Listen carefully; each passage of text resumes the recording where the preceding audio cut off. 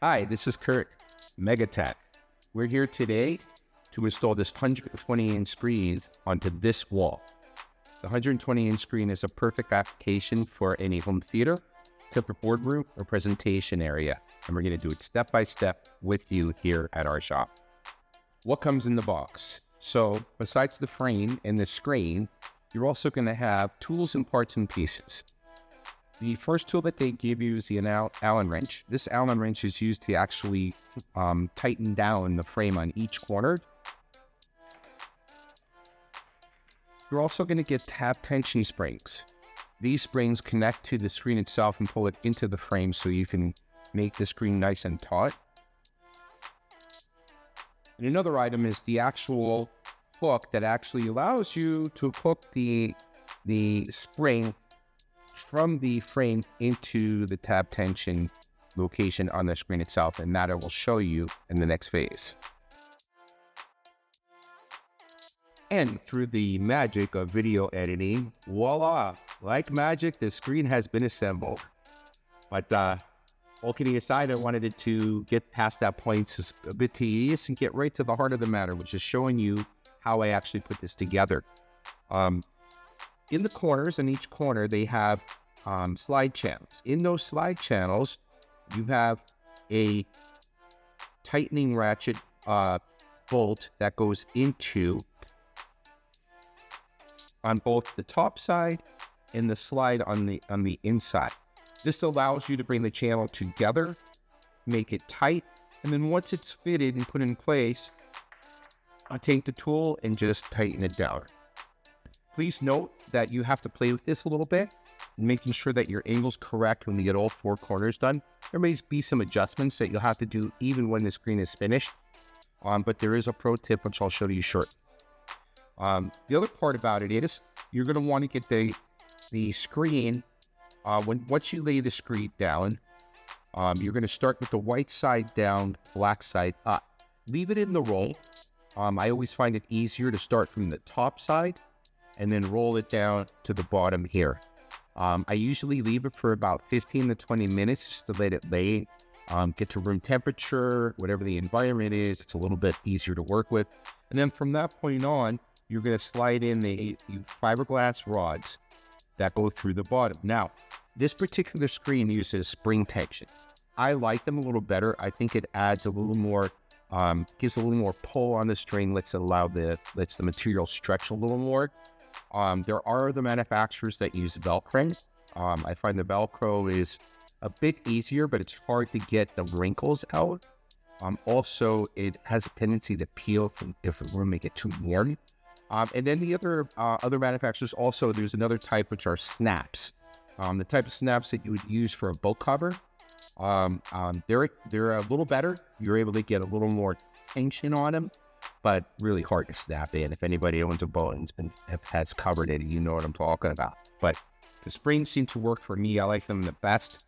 It's a real simple application. Once you're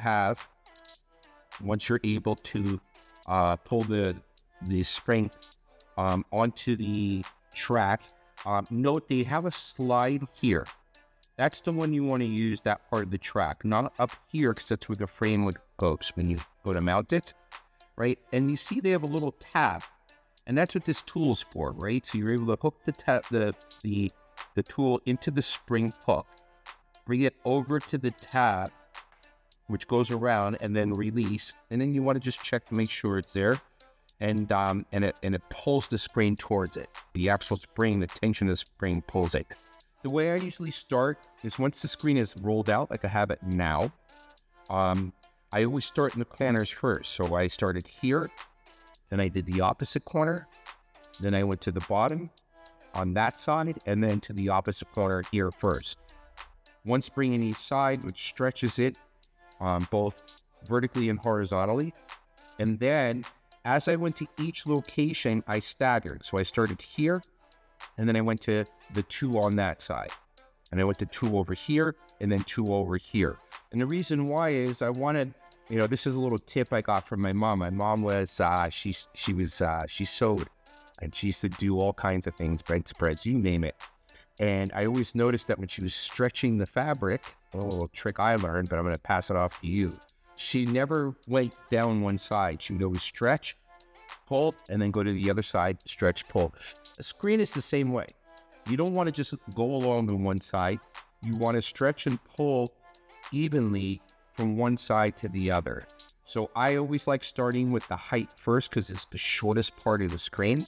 So when I start on this side, I start there. Then when I go to that side on the top, then I come over to here. And then when I go to the log side, I do the same thing. I'm stretching here, then I go to the other side, stretch over there, and then jump onto the other side until I finally finish down the middle, staggering one after the other, one spring after the other. And then once it's all taut, then I go and do the remaining tension tabs. And this gives you a nice even pull and stretch. If you do it right, like I think I have this time, you'll find that your gap from the screen to the frame is even all around. You don't have to make any adjustments.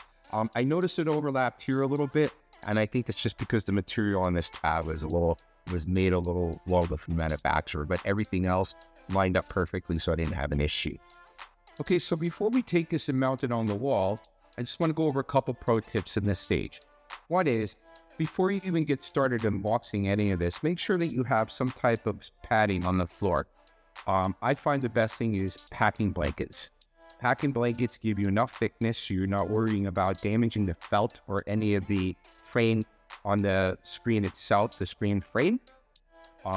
Drop cloths for painting wouldn't work because it's still a bit too rigid. This gives you a little bit of both.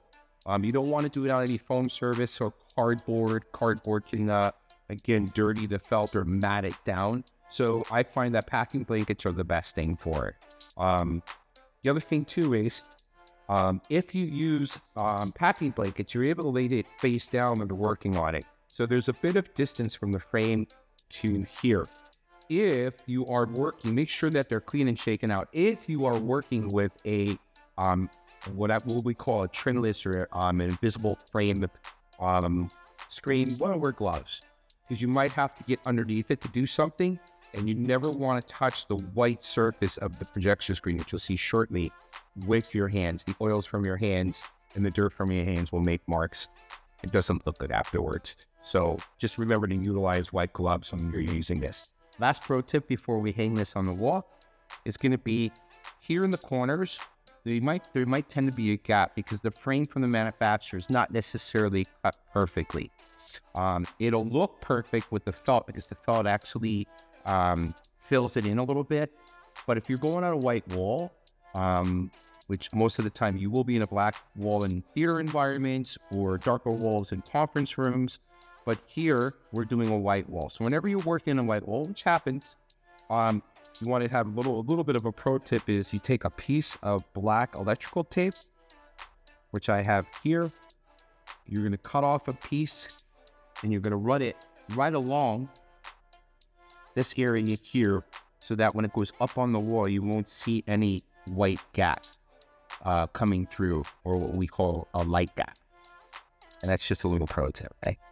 Okay, before we get started, here's a few things that you should have ready to go. You're going to need a level. If you have one or can get one, laser levels are always great.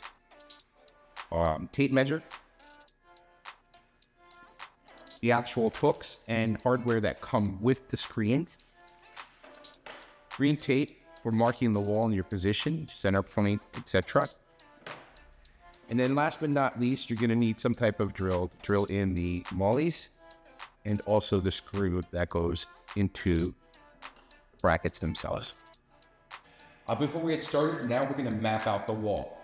First thing we're going to do is the bottom of the screen location is going to be 24 3/4 of an inch. David from Megatech's going to help me out here with tape measure.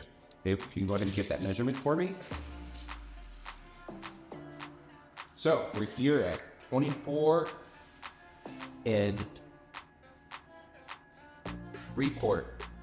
So this tape mark is going to be where the bottom of our screen, free, not image, will land. Okay, so you're going to hold this. You're going to hold this over to here. So now we're going to do the width of our screen. That includes the frame, not the image size. So the frame, the screen width with the frame is going to be 110 inches. We're going to find our 110 inches and then mark it with green tape here.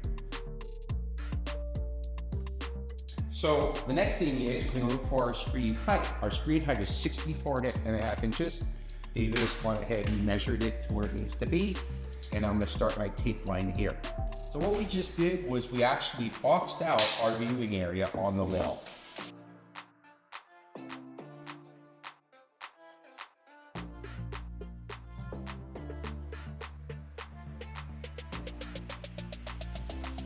So David and I have our white gloves on for jazz fingers, and we're ready to hang the screen.